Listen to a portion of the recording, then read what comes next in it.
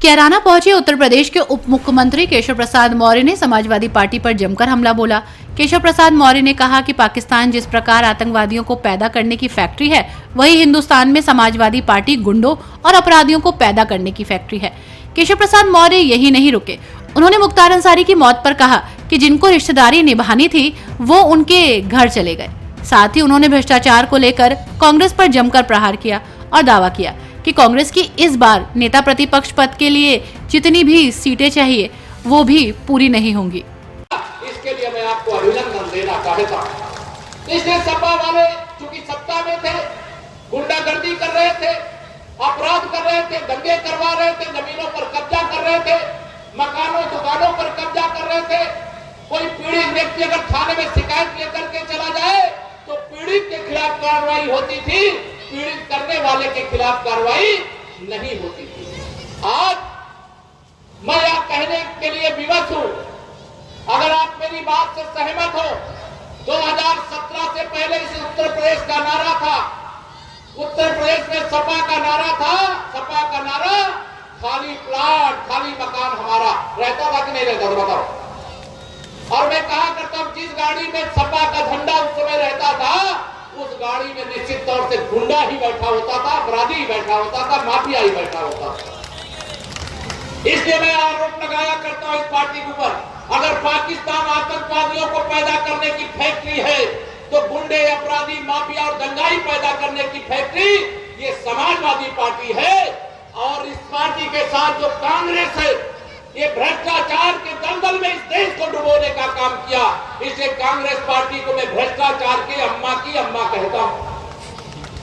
आप सब लोगों से निवेदन है, भ्रष्टाचार मुक्त भारत होना चाहिए कि नहीं होना चाहिए? दोनों हाथ में बताइए, होना चाहिए कि नहीं होना चाहिए? माननीय नरेंद्र मोदी जी ने देशवासियों से अपील करते हुए क्या कहा है? केशव प्रसाद मौर्य ने राम मंदिर निर्माण के बाद लोकार्पण पर हुए कार्यक्रम को लेकर भी विपक्षी पार्टियों पर जमकर तंज कसा। रामलला के मंदिर निर्माण के समय जो प्राण प्रतिष्ठा का कार्यक्रम हुआ उसका निमंत्रण भेजा गया, निमंत्रण ठुकरा दिया। अरे राम जी को केवल यह मत मानो कि वह हिंदुओं का केवल धर्म स्थल है। रामलला का मंदिर इस राष्ट्र की एकता का मंदिर है, राम मंदिर राष्ट्र मंदिर है। अगर आपको बुलाया गया था आप चले जाते, आपने रामलला का निमंत्रण ठुकराया है। अब राम भक्त अगर आपको ठुकरावे तो आश्चर्य मत करना, क्योंकि सपा को इसका जवाब मिलना चाहिए कि नहीं मिलना चाहिए? कांग्रेस ने भगवान रामलला को काल्पनिक बताया था, हुए ही नहीं भगवान। ऐसे राम राम हम लोग करते हैं क्या? अगर नहीं हुए तो दरअसल उत्तर प्रदेश के उप मुख्यमंत्री केशव प्रसाद मौर्य कैराना में भाजपा प्रत्याशी प्रदीप चौधरी के समर्थन में कस्बा झिझाना में आयोजित एक रैली को संबोधित करने के लिए आए हुए थे।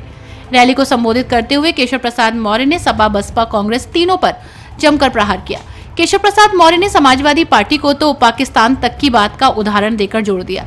उन्होंने कहा कि जिस प्रकार पाकिस्तान आतंकवादियों को पैदा करने की फैक्ट्री है, उसी प्रकार समाजवादी पार्टी गुंडे और अपराधियों को पैदा करती है। केशव प्रसाद मौर्य यही नहीं रुके। उन्होंने कहा कि जिस गाड़ी पर सपा का झंडा, ये उसमें बैठा गुंडा। कांग्रेस ने गरीबी हटाओ का नारा दिया लेकिन गरीबों को लूटने के अलावा कुछ नहीं किया। लेकिन मेरे मोदी जी ने गरीबी हटाओ का नारा तो नहीं दिया, लेकिन 25 करोड़ लोगों को गरीबी रेखा से बाहर निकाल करके ला करके खड़ा कर दिया। मेरे प्रधानमंत्री जी, गरीब व्यक्ति के पास अगर बीमार हो जाए तो इलाज कराने का पैसा नहीं होता था। 5 लाख रुपए तक का इलाज कराने के लिए आयुष्मान भारत कार्ड बनाने का काम किया। बताइए किया है कि नहीं किया है?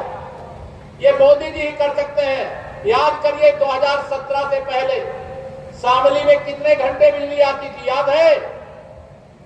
भूल गए? कितने घंटे आती थी? अब कितना आती है? केशव प्रसाद मौर्य ने कहा कि देश में बड़े संघर्ष के बाद बने भव्य राम मंदिर के लोकार्पण के कार्यक्रम में विपक्ष नेताओं ने जिस प्रकार से आने का निमंत्रण स्वीकार नहीं किया, उसी प्रकार से देश की जनता इस चुनाव में उनका बहिष्कार करने का काम करेगी। तो आपने देखा ना 10 वर्षों में, अभी ये झांकी है, पूरी पिक्चर तो बाकी है मेरे मित्रों, पूरी पिक्चर बाकी है। इन अपराधियों को, इन माफियाओं को, इन गुंडों को, इन भ्रष्टाचारियों को उल्टा लटका करके सीधा करने का काम तो शुरू हो गया है, लेकिन अभी जो सुधारने के लिए अभी बाकी है, देश को लूटा है भाई। गांधी जी की अगुवाई में केंद्र में सरकार थी, श्री राहुल गांधी जी सुपर पीएम थे, ये सपा बसपा वाले बैसाखी लगा करके खड़े थे, और सपा बसपा वाले जो बैसाखी लगा के खड़े थे, अगर 12 लाख करोड़ का घोटाला हुआ तो केवल कांग्रेस नहीं, सपा बसपा भी उसकी अपराधी है कि नहीं बताओ? ये तीनों दल मिलकर के अगर 12 साल में 10 साल में 12 लाख करोड़ का घोटाला किए, तो आप कल्पना करो 60 साल कांग्रेसियों ने देश में शासन किया था सपा बसपा जैसे दलों के साथ मिलकर के, तो यह 72 लाख करोड़ का घोटाला करने वाले, देश को लूटने वाले लोग हैं। अब मेरे मोदी जी कहते हैं न खाऊंगा और न खाने, और जिसने खाया है पाई पाई वसूल करके गरीब की भलाई में, देश की भलाई में, किसान की भलाई में, नौजवान की भलाई में और हमारी माताओं बहनों की भलाई में लगा देने का काम करूंगा। अब ये सारे विरोधी बड़े बौखलाए हुए कि जब दूसरी बार सरकार आई तो अभी तो केवल भ्रष्टाचार के आरोप में एक झारखंड का मुख्यमंत्री जेल गया है, दूसरा दिल्ली का मुख्यमंत्री जेल में है, तिहाड़ जेल में है, इस्तीफा ही नहीं दे रहा। तो ये सारे भ्रष्टाचारी सोच रहे हैं कि 4 जून 4 बजे 400 पार होने के बाद जो बेल पर हैं वो भी शायद जेल में होंगे।